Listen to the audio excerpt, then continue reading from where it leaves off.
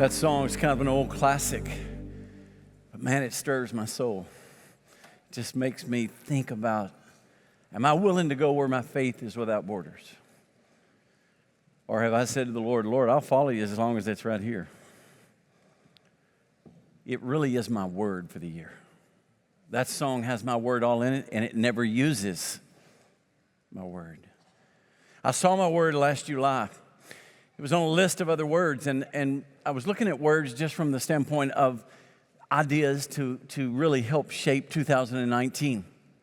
And not personally for me, but just kind of for us as a church and direction and so forth.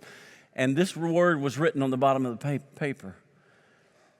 And so I asked Pastor Jimmy, I said, where did that word come from? He said, it just kind of a thesaurus. I just started writing words that were similar, and I circled it. And it has never left me. My word for the year is beyond. Beyond. Now, not to infinity and beyond, but beyond. Here's the application. First thing I began to think of was very personal to me. Am I willing to go where I've never gone with God? Am I willing to do something I've never done for Him? Do I admit that I'm not there yet, and there's more of Him that I want, and there's more of Him I want to know than I know now? Do I want to be a better husband? Am I willing to go beyond what I've always done? And this is why it matters to me. The longer you're married, the longer you're in your career or your work life, the longer you're a follower of Christ, the easier it is just to do the same thing over and over and over. I mean, every one of us struggle with that. There's just this draw to do what we've always done and then complain that we have only what we've always had. And until we're willing to say, I'm going beyond, we're going to do the same thing. My greatest fear as a pastor is that I become professional. That I become one that just you push a button and I can deliver a funeral message, a wedding thing, whatever. You push a button, I can pray with you, I can do, and it just becomes almost rote. It's like mechanical. And I know that's the danger I face as a believer, as a follower of Jesus too. That this life that I'm living is just one out of sheer, I know how to do it, I'm just going to do what I've always done. And I know I'm going to miss so much. And so God really began to use that word. I began to think about it. And then, you know, Rachel and I last Sunday, January the 6th, 1979 is the day we married. So last Sunday was our 40th wedding anniversary. Four decades. And so we went on a little trip, just a few days, down to a place, I didn't even know where it was. And I'd heard of it, but I had no idea where it was, called Key Biscayne, just right out of Miami. And in fact, I think there's some pictures that they may put up.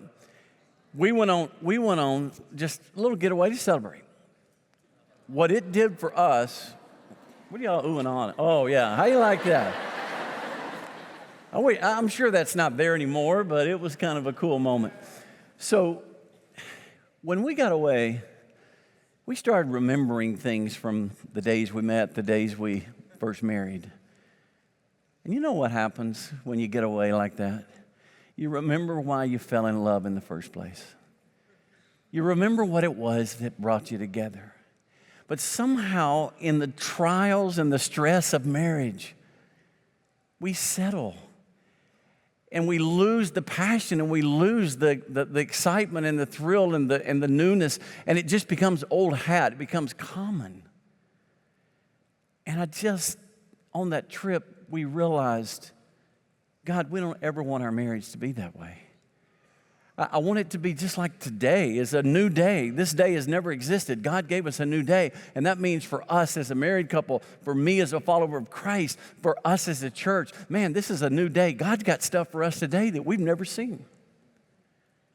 And yet the struggle is sometimes we're afraid because we want to stay with the rut we're in. We want to stay where it's comfortable, where we know everything. And I'm telling you, God is a God of wonder. I want to be amazed again. I want to see again things that I can't figure out, I can't explain. I want to be lost in the wonder of this amazing, good, and beautiful God that we follow. And I think that's what the word means to me. And so the best way I know how to explain it is that beyond is not about new, because sometimes new things take you away from Him, not toward Him. It's not about change. Sometimes change for change's sake never really works. It's not really what He wants. It's more about saying, God, I want to be more for You than I've ever been. I want to know more. I want to be a better husband. I want to be a better father. I want to be a better man of God, woman of God. I want to be a better student. I mean, whatever it is, I just want to go beyond where I am. And the best way I know how to describe it is in a story in the Bible, in the Gospel of Matthew. So if you got your Bible, go to Matthew. There's a moment in the life of Jesus and the disciples that he shows up on the water. Okay, so they're in a boat, and there's wind, and there's storm, and it's really bad. And all of a sudden, they see Him out on the water, but they think He's a ghost. And so all of a sudden, they realize it's not a ghost, it's Jesus. And there's something that happens that, as far as we know, nobody else has ever done this. So I'm reading Matthew 14, starting in verse 25.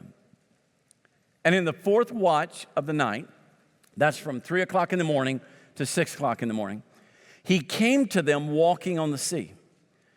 But when the disciples saw Him walking on the sea, they were terrified. They said, "It's a ghost."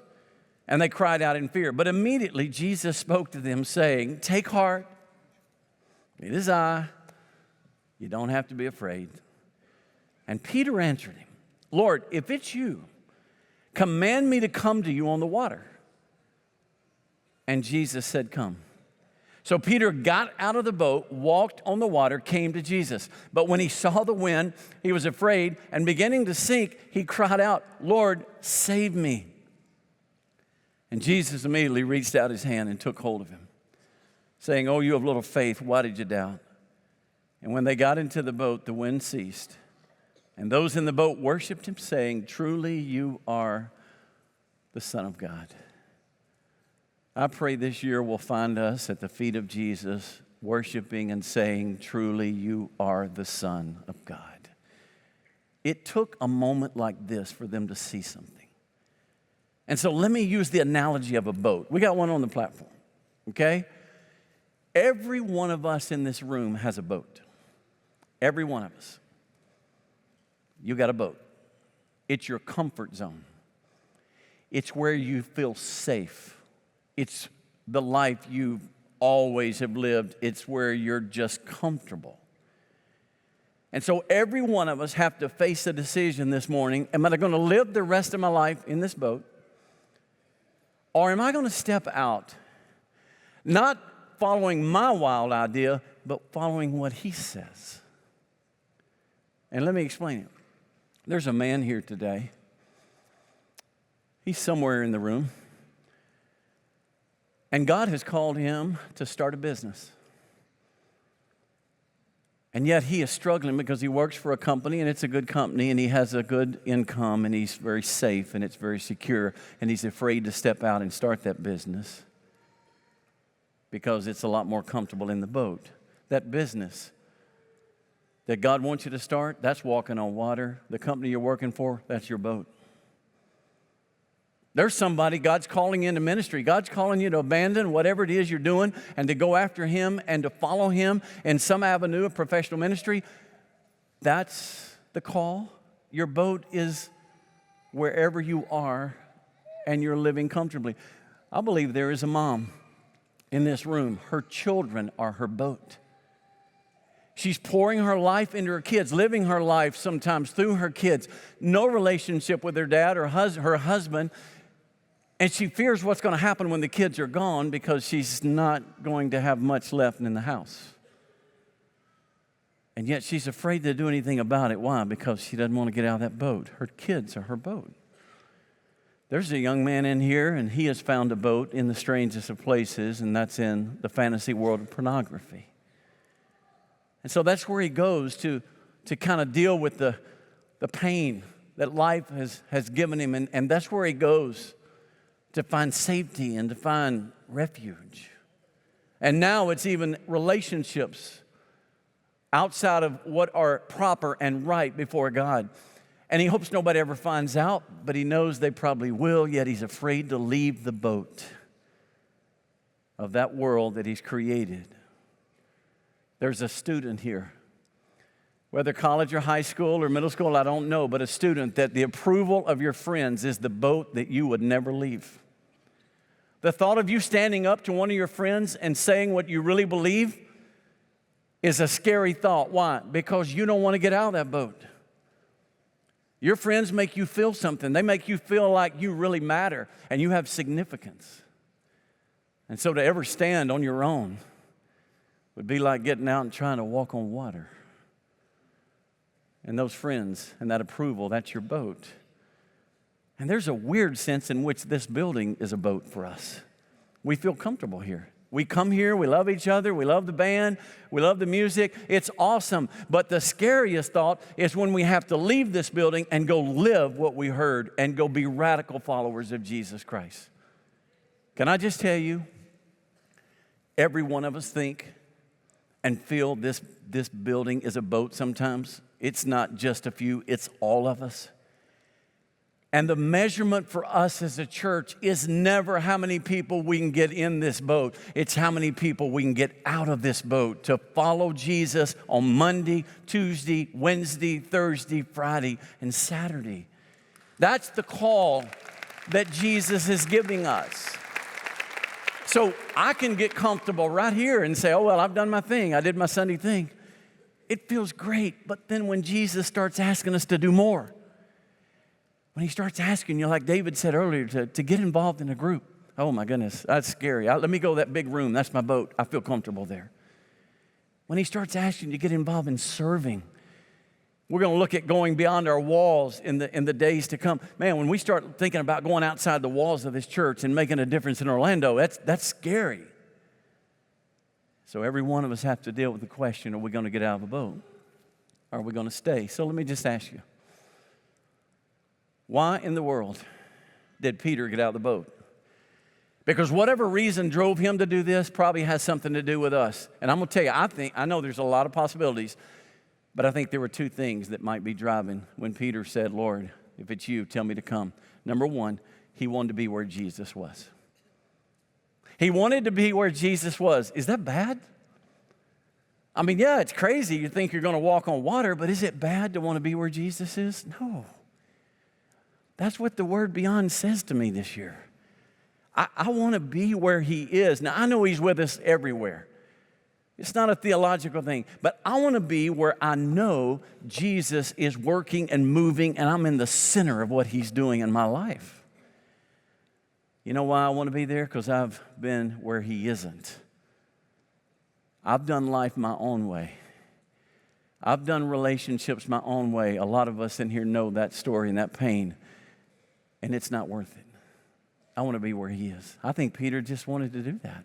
I know in John's Gospel, chapter 21, after the resurrection, there's a moment when Peter is fishing, and he doesn't realize it's Jesus on the shore, resurrected. He's on the shore, and this voice from the shore says, have you caught any fish? And Simon Peter said, no. And the voice says, well, cast your net on the other side of the boat. He does it, and all of a sudden there's fish everywhere. And Peter knows there's only one person who knows where the fish are. And that's the one who created them. And he knows it's Jesus. And immediately, he doesn't look up and go, Jesus, man, good to see you. I'll be there in a little bit. No. The Bible says he wraps up his garments and he dives into the water. Leaves the boat with the other guys and he starts swimming to Jesus. Why? Because he wanted to be where Jesus was. I think that's a wonderful thing. And it'll cause you to get out of a boat when you really want to be where he is. There's another reason, though. I think it's obedience. I think Simon Peter he wanted to obey. And so let me show you something that he did. This is probably one of the most, it's most revealing statement in this whole story. Look at verse 28. And Peter answered him, Lord, if it's you, command me to come to you on the water. Now, guys, if I had been there, I would have said something like this. Jesus, if that's you, I want to come to where you are. Promise me you're going to not let me drown. Am I right? Is that what you would have said? Peter didn't say that. He just said, if it's you, command me. And I'm coming. And you say, well, what's the difference? I'll tell you what the difference is. Asking for a promise is all about your safety and security. Asking for a command is all about His glory. Think about it.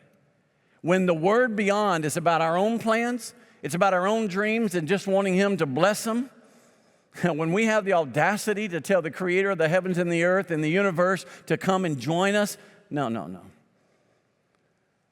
That's when you're asking for promises. God, I've got this incredible business plan, and I'm just praying you'll give me a promise it's going to work. And God's going to go, nope. Because you know what? You listen to Him first, you do what He tells you, and you'll get all the promises you need. Jesus is the promise. Whatever He says. So Peter doesn't ask for that. No, he asks for a command. When the word beyond is about whatever Jesus wants, that's when it's about Him, not about us.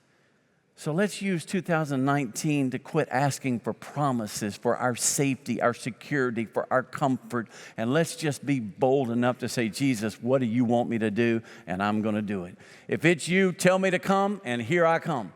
And he got out and he walks on water, for goodness sake. Now, let's move to why the others didn't, or why we might not get out of the boat this morning. And I think there are two things. Number one, fear. When Peter got out of the boat, and he's doing fine until he looks at what? The waves, the wind. And all of a sudden, when he looks at the waves and the wind, he's like, oh my goodness. He sees the size. Now, I know a lot of people have made a big issue of, man, when you take your eyes off Jesus and look at the storms around you, that's when you sink, and that is true. But let's be honest. When you get out of the boat, it's scary. It's scary. I mean, he just realized all of a sudden in a moment, my goodness, these waves. I'm telling you, following Jesus is not a life without fear. But what you and I have to remember is fear and growth go together. That's when you grow the most. You stay in the boat, you never grow beyond where you are. You get out of the boat, you take a leap, and you grow. Fear and growth go together like peanut butter and like macaroni and like Romeo and like the New Orleans Saints and the Super Bowl. Anyway, so just a thought. Sorry, Philadelphia. All right, so here's the point. It's okay to be afraid. It's just when you're in that fear, make sure your fear drives you to Him. Because when you look at Him, you're okay. Because when you look at Him, the storms around you don't look big at all. He is bigger than anything that will ever come against you and you'll ever face, right? He is bigger. And there He is standing on the waves, so look at Jesus. The second thing I think that keeps us in the boat is we settle. We settle. We just kind of say, I'm good. I got a good life. I show up to church. I give some money. I'm doing good. I'm all good. And we settle. Do you know what the number one selling chair in America is called? It's not Risky Boy. It's not Courageous Boy. And it's not Worker Boy. What is it? Lazy Boy. And it sucks us in. I mean, it grabs us and holds us. And we sometimes feel like in our life, we're going to take the easiest way out. Why? Because we're good. It's all good. My marriage is fine. Is it? I'm good. I'm doing everything I need to be doing. Are you? You know what amazes me about the Apostle Paul? The last book he wrote, one of the last books, was Philippians. It's called a prison letter. You know why? It was written from prison. It was at the end of his life. Not his last book, but at the end of his life. And you know what Paul said in that letter? He said, I want to know Christ, and I want to know the power of his resurrection. Now, hold up. Paul, this is the end of your life. You know Jesus. But Paul said, no, there's things I don't know I want to know. He also said, I'm not there yet. I'm not there yet. And this one thing I do, I press on. It's the word dioko. I press on for the prize. I forget what is behind, and I strain toward what is ahead. If anybody had a right to say, I'm there, I've arrived, it would be Paul. I hope you never get comfortable and you never arrive. Robert Louis Stevenson once said, it's better to travel hopeful than to arrive. I say it this way, if you're green, you're growing. If you're ripe, you're rotten. May we always be growing. May we always refuse to settle, because you know what? There's more. He has more for you. He wants to do things in your family. He wants to do things in your life. He wants to do things in this church.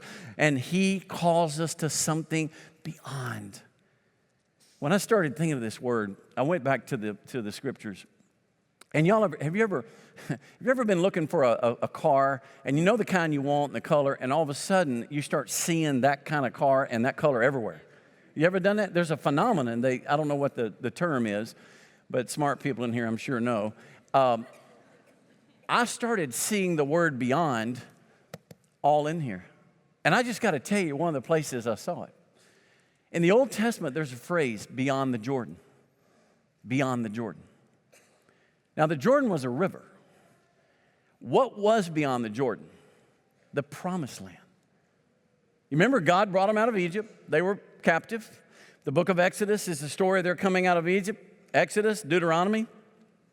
Numbers is a story about how God, while they're wandering on the way to the Promised Land, tells them to send spies into that Promised Land beyond the Jordan and go check it out. They sent 12 spies.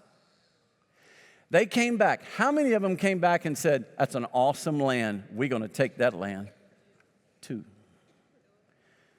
The other 10 said, no, there are giants there. There are bullies there. But God had said, I'm going to give you that land. It's the Promised Land beyond the Jordan. And then the book of Joshua is the story of how they crossed the river Jordan and they took the land. Now here's what's shocking. They had to fight for it. If it's Promised Land, why do you have to fight? Because there is value in the struggle. I'm telling you, beyond is not a place that's easy and without conflict. Just because I believe God is calling us beyond doesn't mean we're not going to have to fight. We're not going to have to struggle. There are bullies in that land that tell you you don't belong there. For example, I believe there are people in this room that God wants them to write a book. He's already put it in your heart. And the only reason you hadn't written it is because somebody told you don't have the right to write, or you can't write, or you don't need to do that. There's a ministry that needs to be started that hasn't been started because somebody in this room listened to bullies in the land. And I'm telling you, when God tells you to go, it belongs to you. You take the land. Go across the Jordan, beyond the Jordan. Take the land that He wants to give you.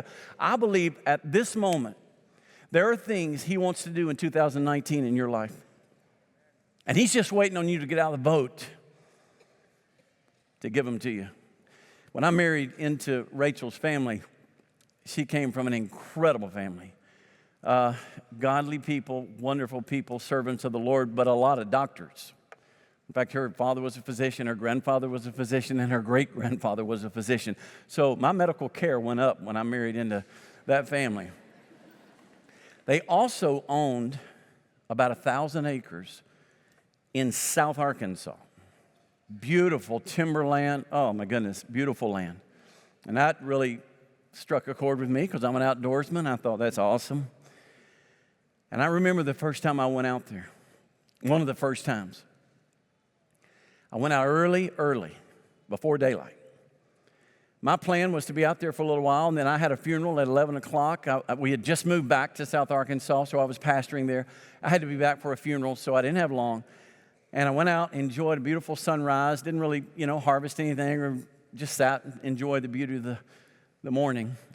Got back to the truck, cranked the truck up, took off. I knew I had just enough time to get home, change clothes, and get to this funeral. 2 miles down the road, my engine burned up. I don't know if you've ever heard an engine seize up, burn up. It's the most horrible sound you'll ever hear. It sounds just like money. I'm telling you, it sounds just like money. That thing, I stopped. I pulled over. It just quit. I'm like, what in the world is going on? I get out of the truck. There's smoke coming out from under the hood. All of a sudden, I look on the road. There's oil everywhere. I look down the road. There's a trail of oil. I'm like, what happened? So I raised the hood. And as I'm looking down in there, it had a skid plate on the underneath in the front because it was a four-wheel drive vehicle. I looked down on the skid plate, and there was my oil filter just laying there. Not on the engine where it's supposed to be. And I'm thinking, how did an oil filter back off? And I'm totally lost in this moment. So I reached in, I touched the engine, and it burned me. It was hot. But when I grabbed that oil filter, it was cold as ice. The only thing I could figure is what ended up being exactly what happened. Somebody sabotaged it. Somebody came and took my oil filter off because they didn't want me on my land. For the next several years, I tried to figure out who it was. I made several visits, and they weren't pastoral visits.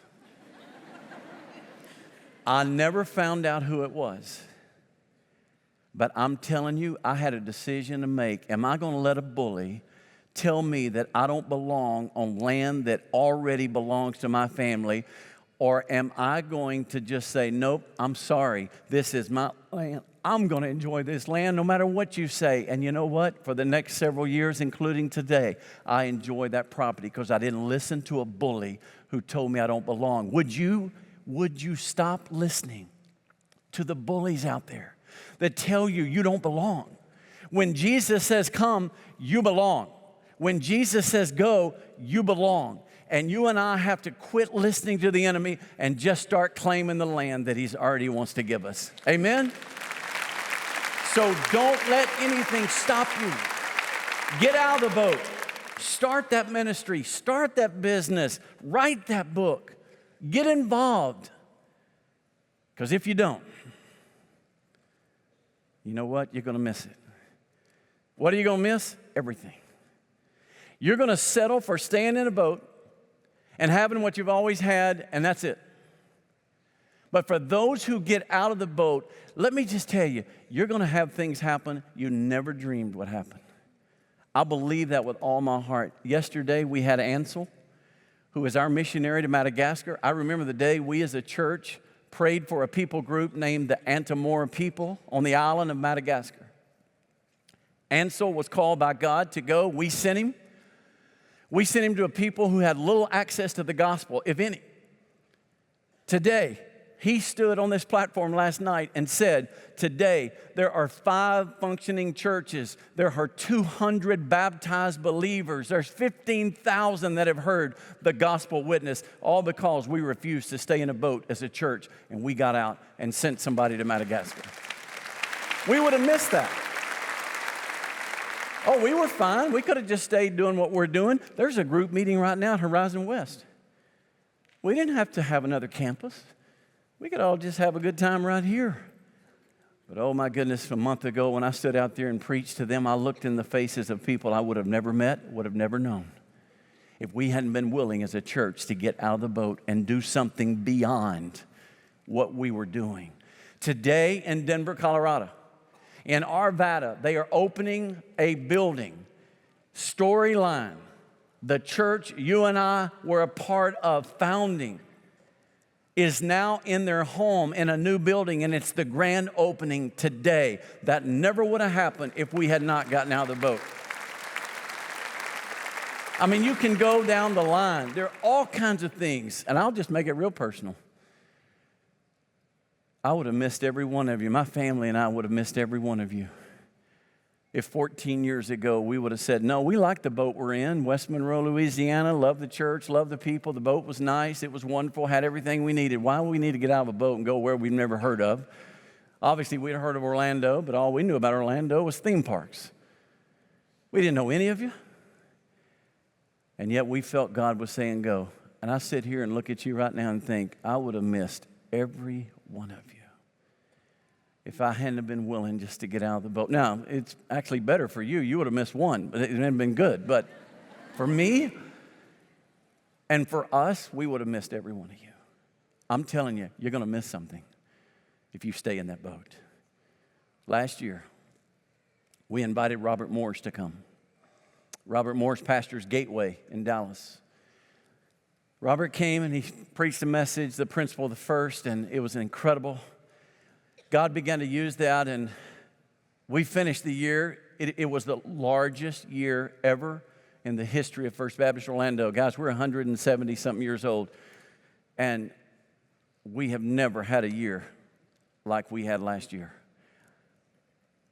I believe God used Robert to do a lot of that because people referenced that day when God spoke to them.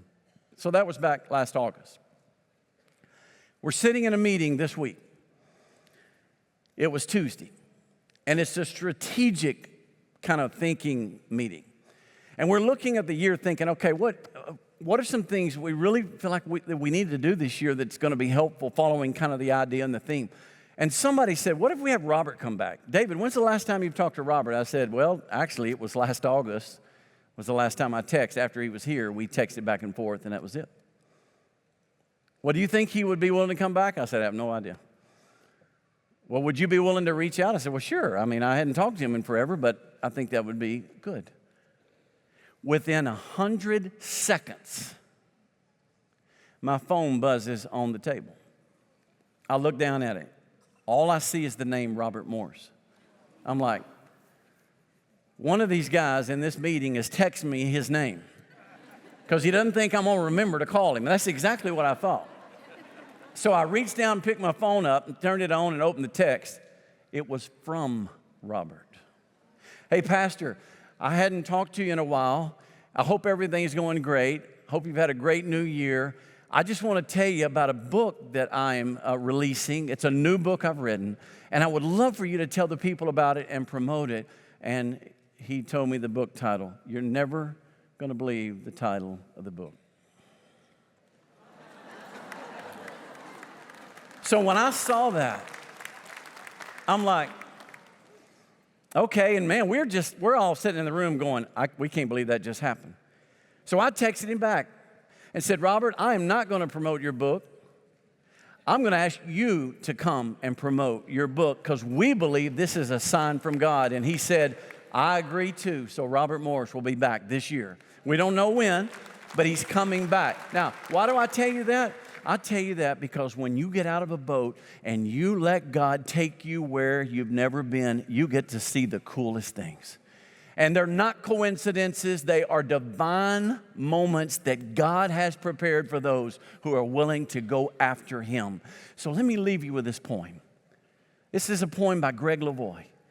It basically is a poem that he calls a cure for the common cold of the soul. Because he said, if you don't do something about mediocrity and the rut you're in, he said, this is what it's going to lead to sinful patterns of behavior that never get confronted or changed, abilities and gifts that never get cultivated or deployed, until weeks become months, months turn into years, and one day you're looking back on a life of deep, intimate, gut-wrenching, honest conversations you never had, great, bold prayers you never prayed, exhilarating risks you never took, sacrificial gifts you never offered, lives you never touched. And you're sitting in a recliner, lazy boy, with a shriveled soul, forgotten dreams, and you realize there was a world of desperate need and a great God calling you to be a part of something bigger than yourself. You see the person you could have become but did not. You never followed your calling. You never got out of the boat. May God help us to not be that person. I am getting out of the boat, and I'm inviting you to join me. And let me give you the greatest motivation. The greatest motivation I can give you is, if Jesus could get out of a grave, surely we can get out of a boat. Amen?